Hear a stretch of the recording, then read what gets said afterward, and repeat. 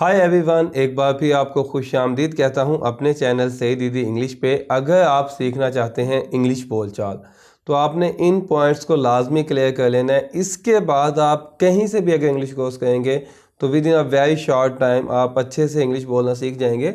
लेकिन first of all क्या है कि हमें ये क्लियर होना चाहिए कि हमने सीखना क्या है।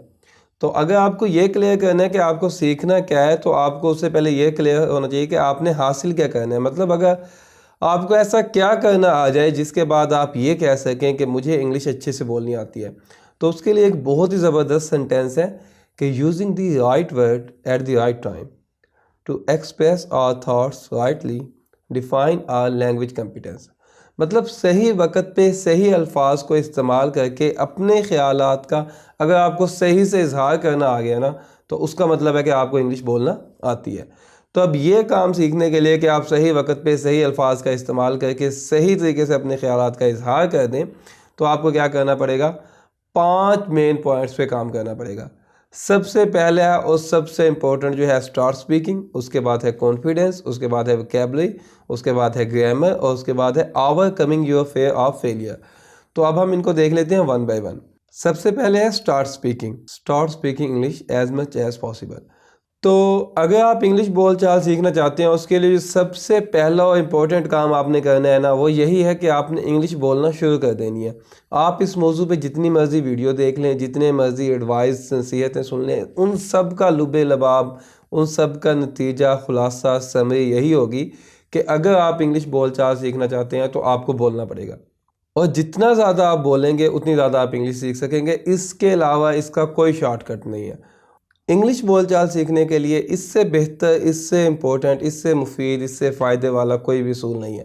अच्छा, अब हम सोचते हैं कि यार हमें तो इंग्लिश आती नहीं है, ऐसा नहीं है।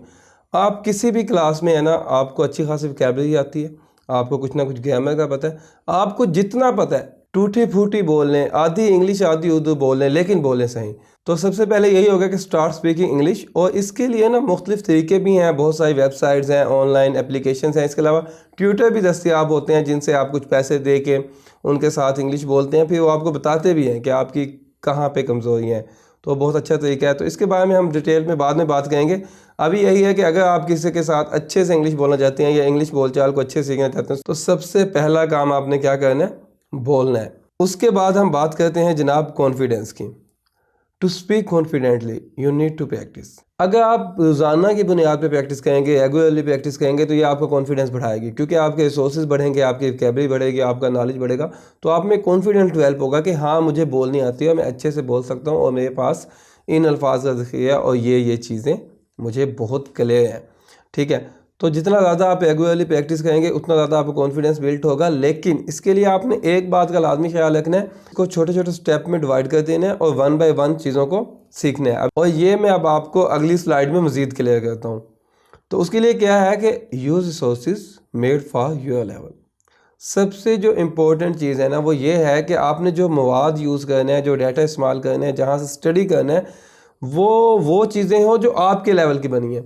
मतलब आपका लेवल बिल्कुल बिगनर है और आप अगर एडवांस लेवल की चीज़ें समझेंगे ना, वो आपको बिल्कुल समझ नहीं आएंगी और फ़ायदा देने के बजाय आपका टाइम वेस्ट करेंगी। लेकिन जब भी हमें किसी चीज़ को सीखने का शौक़ पड़ता है, कोई भी लर्न हो, किसी भी मुल्क का, किसी भी कंट्री का, कहीं का भी हो, तो वो क्या करता है, जंप करने की कोशिश लाजमी करते हैं।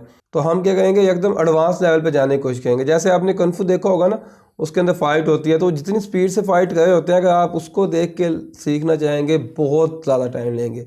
लेकिन जैसे उन्होंने slowly one by one step को सीखा होते हैं, अगर आप वैसे सीखेंगे तो बहुत ईजीली सीख जाएंगे। तो इन शॉर्ट यही है कि आपने वो सोर्सेज यूज़ करनी है जो आपके लेवल के लिए बनी है, आपके मेंटल लेवल के हिसाब से बनी है। तो उसमें आप ज़्यादा जल्दी सीखेंगे एज़ कम्पेयर टू उन सोर्सेज को यूज़ करें जो आपके लेवल की नहीं बनी। लेकिन क्या है कि हर लर्नर किसी भी फील्ड को कहीं का भी हो तो वो एक दफ़ा जंप करने की कोशिश लाजमी करता है। लेकिन क्या होगा कि अगर आप अपने लेवल की सोर्सेज यूज़ करेंगे तो उससे आप ज़्यादा सीखेंगे। तो ये आपने बार इसको मैं रिपीट कर रहा हूँ कि आपने जो मवाद यूज़ करना है वो आपके लेवल का यूज़ करना है। आप बिगनर लेवल आपको लगता है तो बिगनर का कहें, इंटरमीडिएट लगता है इंटरमीडिएट का कहें। और उसके लिए मैंने एक वीडियो भी बनाई थी कि आपका लेवल बिगनर, इंटरमीडिएट या एडवांस है, तो वो अभी आप देख सकते हैं, बाद में प्ले लिस्ट के अंदर मौजूद है, तो वहाँ से भी आप आइडिया कर सकते हैं। वैसे भी इंसान को आइडिया होता है कि मेरा लेवल क्या है। और उसके बाद है वोकैबुलरी। वोकैबुलरी के अंदर क्या है कि इससे फ़र्क नहीं पड़ता कि आप कितना मुश्किल अल्फाज को इस्तेमाल करते हैं। असल जो चीज़ मैंने रखती है ना, जिसकी वैल्यू है, वो ये है कि आप कितने अच्छे अंदाज में अपना मैसेज अगले को डिलीवर कर देते हो, अपना मैसेज अगले तक पहुंचा देते हो। आपकी कम्युनिकेशन स्किल कितनी आसान है, कितनी समझ आने वाली है। अगर आप अपनी बात दूसरे को समझा सकते हो तो आपकी वोकैबुलरी बहुत अच्छी है। लेकिन अगर आप बहुत टफ वर्ड यूज़ करते हो लेकिन आपकी बात अगले को समझ नहीं आई, उसके लेवल से ज़्यादा की आप वोकैबुलरी यूज़ कर रहे हो, तो फिर उनका कोई फ़ायदा नहीं है ना। तो अब इसमें क्या है कि वोकैबुलरी बहुत ही इंपॉर्टेंट है हमारे स्पोकन इंग्लिश को सीखने के लिए। क्यों? क्योंकि हमने अपने ख़यालात को अल्फाज देने होते हैं और हमारे ख़यालात बहुत वसी हैं, लामहदूद हैं। वो एक मैंने वीडियो देखी थी कि एक लफ्ज़ के साथ इंग्लिश बोलना सीखें, वो किसी हद तक ठीक थी। बाद में मुझे लगा, पहले मैं काफ़ी हद तक सोचता था कि यार ये फ्रॉड है, लेकिन मैंने खोल के देखा तो वो बिगनर्स के लिए किसी हद तक इफेक्टिव है। अदरवाइज़ ये नहीं है कि आप एक ही लफ्ज़ से इंग्लिश बोलते हैं। अगर आपने एक ही लफ्ज़ से बोलना फिर तो तस्बीह कर लें, आपने बोलना लाजमी है। तो क्या है कि हमने अपने ख़यालात का इजहार करना होता है, तो उसके लिए लाजमी है कि जितने हमारे ख़यालात वसी हैं उतनी ही हमारे पास वोकैबुलरी हो, तो तब हम अपना मैसेज बड़े मौसर अंदाज में क्लियर कर सकेंगे और एग्जैक्ट वो मैसेज दे सकेंगे जो उस वक्त हमारे माइंड में चल रहा है, हमारे दिमाग में, हमारे जहन में चल रहा है। तो अब होता है क्या है कि अगर आप स्कूल में हैं, कॉलेज में हैं या स्टडी मुकम्मल कर चुके हैं, तो आपको ना अच्छी खासी वोकैबुलरी सिखा दी जाती है, वो हम सबको आती है। बट जो मैटर करती है ना चीज़, वो ये होती है कि आपको उसका इस्तेमाल कितने अच्छे से आ गया है। अगर तो आप उन अल्फाजों को तोड़ मोड़ के अपने मैसेज कन्वे कर देते हैं, ये असल में ब्यूटी है वोकैबुलरी को सीखने की, कि आपने अगले ने आपसे जो भी सवाल पूछा है, आपको उसका एग्जैक्ट वर्ड नहीं पता कि यार मैं इसका आंसर किस लफ्ज़ के साथ कहूँ, लेकिन आपको उसका थीम पता है, तो आप उसको ट्रांसलेट कर दें उन अल्फाज की मदद से जो आपको आते हैं। आई थिंक आपको समझ आ गई है। तो सेकेंडली थर्ड नंबर पे क्या है? वोकैबुलरी। लेकिन वोकैबुलरी में ये नहीं है कि आपने कोई बहुत ज़्यादा मुश्किल अल्फाज सीखने हैं, लेकिन हाँ इतने अल्फाज लाजमी सीखने हैं कि आप अपनी बात अगले तक आसान अल्फाज में या अच्छे तरीके से समझा सकें। और उसके बाद है grammar. Grammar is a tool to communicate effectively. Grammar क्या है? एक टूल है कि आप इफ़ेक्टिवली बात कैसे कर सकते हैं। मतलब जैसे कोई असूल कायदे होते हैं ना ट्रैफिक के लिए, कि सारे लोग हैं इसी जगह से गुजरें और कोई एक्सीडेंट ना हो। अगर इस साइड वाले आए तो इस साइड से जाएं, इस साइड वाले इस साइड से जाएं, आपस में ना टकराएं। ऐसे ही ग्रामर के अंदर ना कुछ असूल कानून बनाए जाते हैं कि जो बात मैं कर रहा हूँ आपको भी एग्जैक्ट वही समझ आ जाए। अगर मैं माजी की बात कर रहा हूँ तो आपको पता चल जाए कि यार ये किसी गुजरे हुए दिन की बात कर रहा है। अगर मैं फ्यूचर की बात कर रहा हूँ तो आपको भी समझ आ जाए कि ये आने वाले टाइम की बात कर रहा है, किसी एक लोगों के किसी एक इंसान के बारे में बात कर रहा है, बहुत सारे लोगों के बारे में बात कर रहा है। तो जो मेरे माइंड में चल रहा है एग्जैक्टली वो आपको समझ आ जाए, उसके लिए कुछ असूल बना दिए गए हैं कि अगर मैंने ये वाला अल्फाज इस्तेमाल किया है तो इसका ये मतलब है, और आप भी इसका यही मतलब समझेंगे, मैं भी इसका यही मतलब समझूंगा। ग्रामर की हैसियत सिर्फ इतनी है। अब कुछ लोग हैं जो कहते हैं कि अगर आपने इंग्लिश बोलचाल सीखनी है तो आपको ग्रामर की बिल्कुल नीड नहीं है। ऐसा भी बिल्कुल नहीं है, आपको ग्रामर आनी चाहिए। लेकिन कुछ लोग क्या कहते हैं, इसकी बहुत ज़्यादा डेप्थ में चले जाते हैं ना, जैसे वो स्कूल में पढ़ते हैं, तो उसकी भी हमें नीड नहीं है। हमें सिर्फ बेसिक उतनी ग्रामर की नीड है जो हमारी कम्युनिकेशन को इफेक्टिव बनाए और हम इजीली अपना मैसेज अगले को डिलीवर कर दें।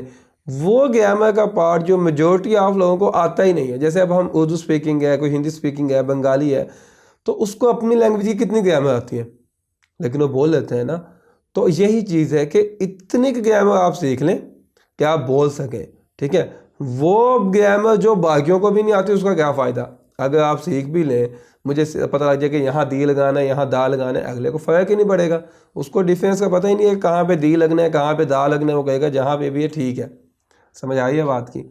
तो ग्रामर आप लाजमी सीखें, लेकिन इस डजंट मीन कि आप इसके बहुत ज़्यादा डेप्थ में चले जाएं, और डेप्थ में ना जाने का ये भी हरगिज़ मतलब नहीं है कि आप ग्रामर को सीखें ही ना। और इसके अलावा क्या है कि अगर आप ग्रामर सीख लेते हैं तो उस पर इतना स्टिकी होने की नीड नहीं है कि यार मैंने लाजमी सीखनी है या बस जो सीख लिया वो 100% है। ग्रामर एक असूल कानून है, ठीक है। क्योंकि होता है क्या है मोस्टली कि पहले लोग कोई ज़ुबान बोलते हैं, फिर उसकी ग्रामर डेवलप होती है, फिर उसके अंदर असूल कानून बनता है कि ताकि तमाम लोगों को इजीली समझ आ जाए। इसमें ड्रामे लिखे जा सकें, इसके अंदर लिटरेचर को लाया जा सके, एक दूसरे को समझाया सकें, ख़त व किताबत चल सके। तो उसमें क्या होता है, असूल बाद में बनते हैं। तो वो असूल लाजमी नहीं है कि 100% हर दफ़ा सही साबित होंगे। जैसे यहाँ पे ग्रामर की एग्जांपल दी गई है कि हर दफ़ा ये सेम नहीं होगा।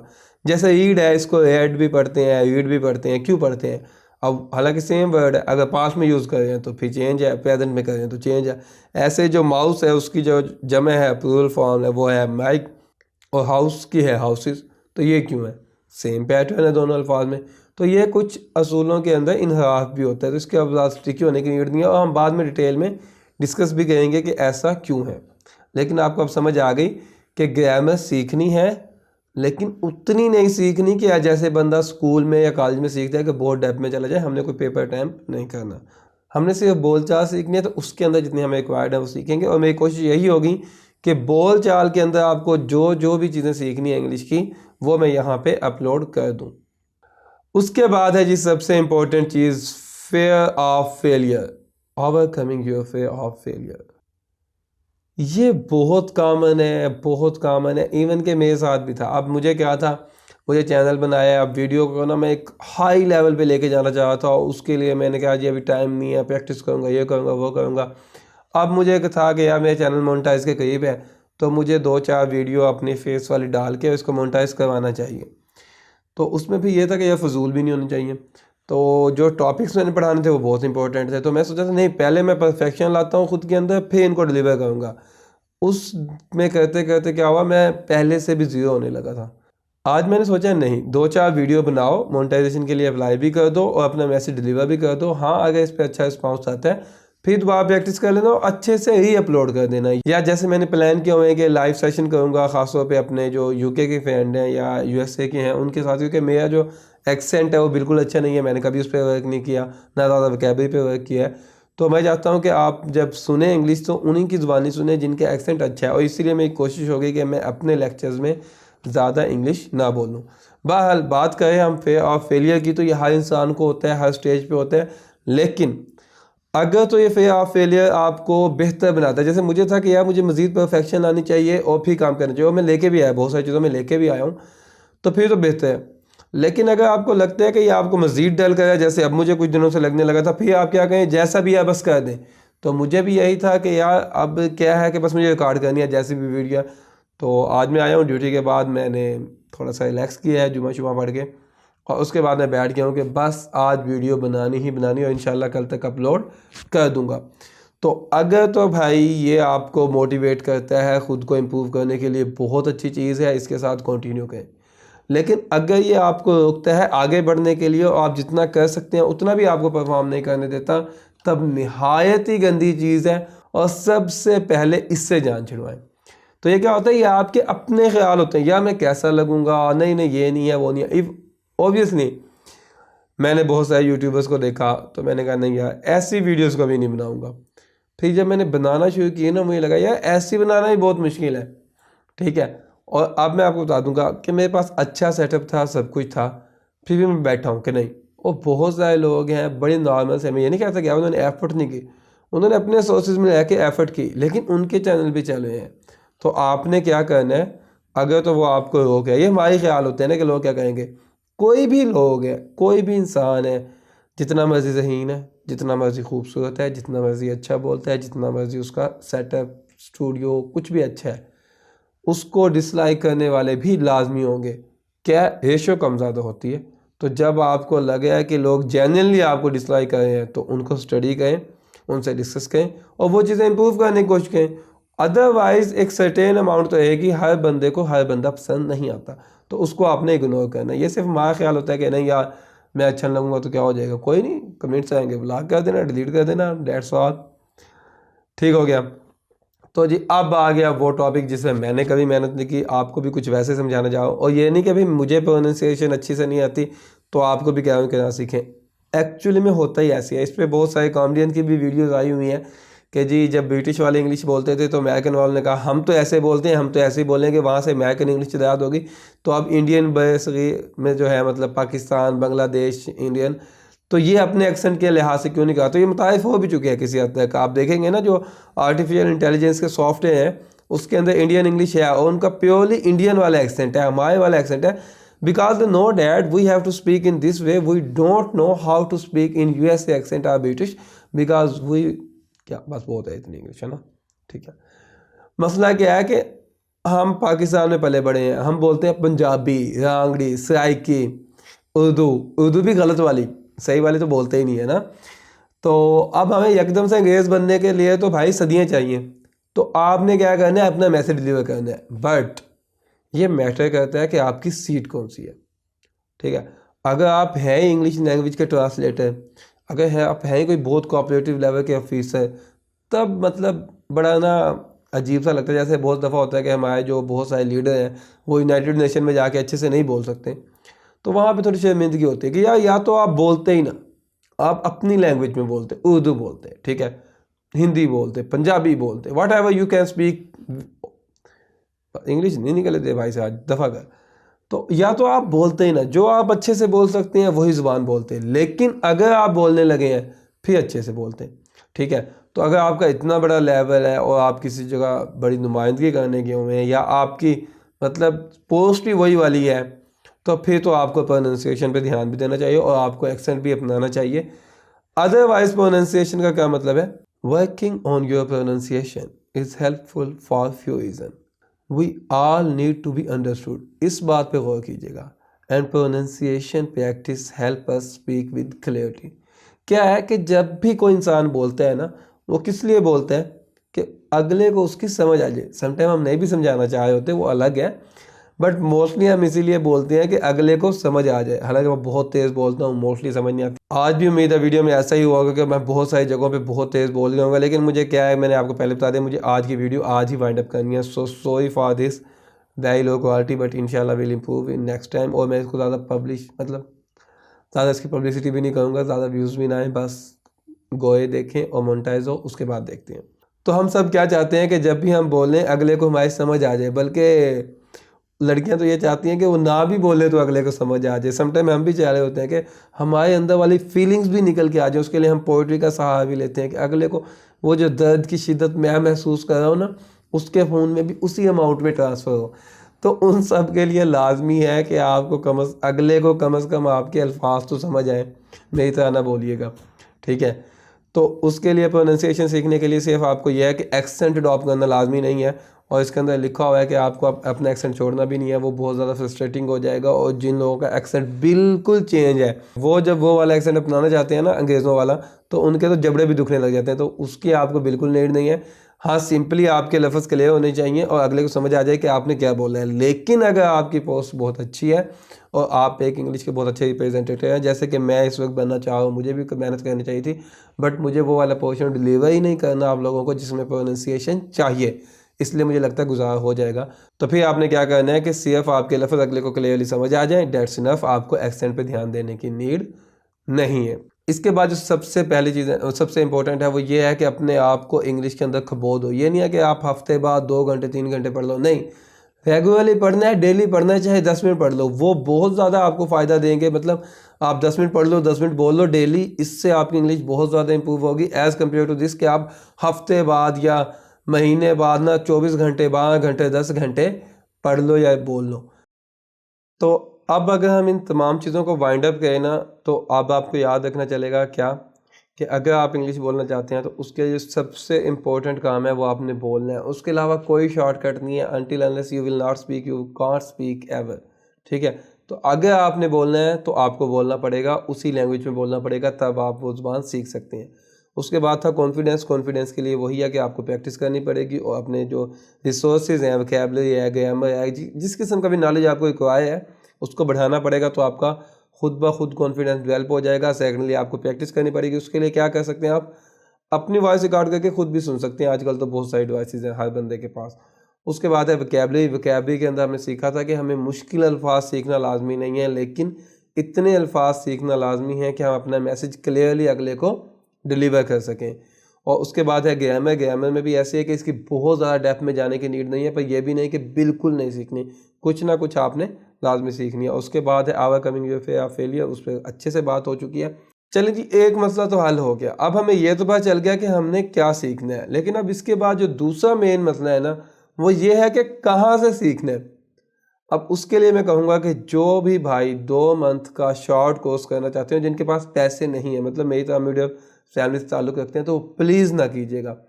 होता है क्या है कि हम मिडिल क्लास के जो बच्चे होते हैं ना, अपने वालिदैन को ना ब्लैकमेल करते हैं कि जी ये बड़ा इंपॉर्टेंट है, सब कह रहे हैं अगर मैंने ना किया तो ये नुकसान हो जाएगा, बट इन फैक्ट आपको ही पता होता है कि वो इतना इंपॉर्टेंट नहीं होता। और होता क्या है, फर्स्ट आपके वालिदैन के पास पैसे नहीं है, वो आपको नहीं पढ़ा सकते, तो उन्हें हमेशा गिल्टी रहेगा कि यार मेरी वजह से मेरा बच्चा आगे नहीं जा सका। तो अपने वालिदैन को हमेशा ये एहसास दीजिए कि उन्होंने जो भी आपके लिए किया वो इनफ था और उन्हें मज़ीद कुछ नहीं चाहिए, क्योंकि वो अपने सोर्सेज में है कि आपको बेस्ट प्रोवाइड कर रहे होते हैं, बिलीव मी। तो ये एहसास कभी नहीं होने दीजिएगा कि उनकी वजह से आपके अंदर कोई कमी आ गई।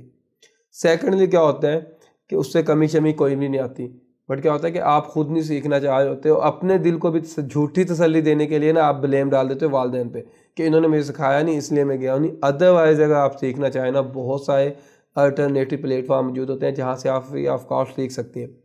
तो फर्स्ट, अगर आपके वालिदैन पैसे नहीं देते तो उन्हें गिल्टी रहेगा, अगर देती हैं तो उन्हें मैनेज करना बहुत डिफ़िकल्ट हो जाता है, ठीक है। और वहाँ पे जहाँ पे आप सीखने जाते हैं ना, वहाँ पे आपको कुछ फ़ायदा नहीं होने वाला। क्यों? क्योंकि जैसे मैंने आपको बताया कि अगर आपने इंग्लिश बोलनी है, सबसे पहले तो आपको बोलने की प्रैक्टिस करनी है। तो 2 मंथ का कोर्स है, अगर आप 60 बच्चे हैं या 30 बच्चे भी हैं, घंटे की क्लास है, तो आपको क्या 1 से 2 मिनट मिले हैं, तो आप उसमें क्या लिख लेंगे, क्या बोल लेंगे, क्या सीख लेंगे? कुछ नहीं सीखने वाले आप। अच्छा, मोस्टली क्या होता है, 2 तरह के पढ़ाते हैं जो शॉर्ट कोर्सेज वाले होते हैं ना, तो या तो वो आपको ऐसे ही ना बहुत सारे टॉपिक्स पे वोकैबुलरी शेयर कर देंगे और फिर आपको कहेंगे आप इस पे बोलें एक-एक 2-2 लाइन, ठीक है। उसका वो करना है तो उसके तो हज़ारों चैनल हैं, आप ऑनलाइन देख सकते हैं। सेकंडली वो क्या करेंगे, थोड़ी सी आपको ग्रामर पढ़ाएंगे और फिर आपसे थोड़ी-थोड़ी प्रैक्टिस करवा लेंगे डिफरेंट टॉपिक पे। वो बहुत बेहतर है पहले वाले के नस्बत, क्योंकि पहले वाले में तो उन्होंने बस आपके अंदर टेप रिकॉर्डर फिट कर दिया ना कि आप चंद एक टॉपिक पे अच्छे से बोल सकते हैं, उसके अलावा नील। दूसरे में यह है कि आपको थोड़ा सा ग्रामर सिखाया, थोड़ी सी वोकैबुलरी सिखाया और फिर उसके बाद में एक बहुत बड़ा नोट्स का बंडल दे के कहते हैं चले जाएं। हाँ, उन्होंने क्या किया होता है, ट्रैप करने के लिए माहौल अच्छा बनाया होता है, मेल फीमेल को इकट्ठा किया होता है। ज़्यादातर जो आपका ट्यूटर होता है उसका एक्सेंट अच्छा होता है, या वो लड़की होती है, तो उसके अंदर आप शर्माई में थोड़ा सा सीख जाते हैं। तो जिनके पास पैसे हैं, जिन्होंने एंजॉय करना है और कोई मसला नहीं है, तो वो चले जाएं। वैसे हराम भी है किसी लिहाज से, तो वो देख लेना कि अगर जहाँ पे आपके पास ऑप्शन है। एक तो है ना कि मजबूरी है, को एजुकेशन में आपने जाना ही जाना है, वो तो अलग बात है। एक है कि आप उन्हें पैसों से दे के जा रहे हैं, बहरहाल ये अलग चली जाएगी बात। तो वो जाना चाहते हैं तो जाएँ, मेरी उनसे कोई डिस्कशन नहीं है, मैं उनके बारे में वीडियो नहीं है। ये वीडियो सिर्फ उन लोगों के बारे में जो मिडिल क्लास से ताल्लुक़ रखते हैं। तो भाई बिल्कुल पैसे मत ज़ाया कीजिएगा। अगर आप 2 मंथ का या 3 मंथ का शॉर्ट कोर्सेज करने जा रहे हैं, उससे कुछ फ़ायदा नहीं होने वाला। हाँ, अच्छा भाई, जब ऑनलाइन सीखना है तो इतने सारे प्लेटफॉर्म हैं, तो मैंने क्यों बनाया? तो उसकी सबसे बड़ी वजह ये है, तो एक तो ये है कि लोग कहते हैं कि जो बिगनर लेवल से सिखाएंगे, लेकिन सिखाते नहीं है। एक चैनल मैंने देखा था, उन्होंने सिखाया हुआ है, लेकिन वो ज़्यादा फेमस नहीं हुए मेरी तरह, तो उनका मैं डाटा कॉपी करूँगा, वो भी अपने अंदर शामिल कर लूँगा। उसके अलावा किसी ने बिगनर से स्टार्ट नहीं किया, सब एडवांस लेवल से स्टार्ट करते हैं, एक चीज़। दूसरा, कोई कंप्लीट नहीं करता। थर्ड, वो चीज़ें बनाती हैं जो इंटरेस्टिंग है, जो चलती हैं, वो कोई भी नहीं बताता कि आपको कंप्लीट इंग्लिश बोलनी आ जाए। तो अगर मैंने इसको कंटिन्यू किया तो इंशाल्लाह मैं आपको एक मुकम्मल कोर्स की शेप दूंगा और आपको स्टेप बाय स्टेप लेके चलूँगा। पहला कोर्स बिगनर का होगा, तो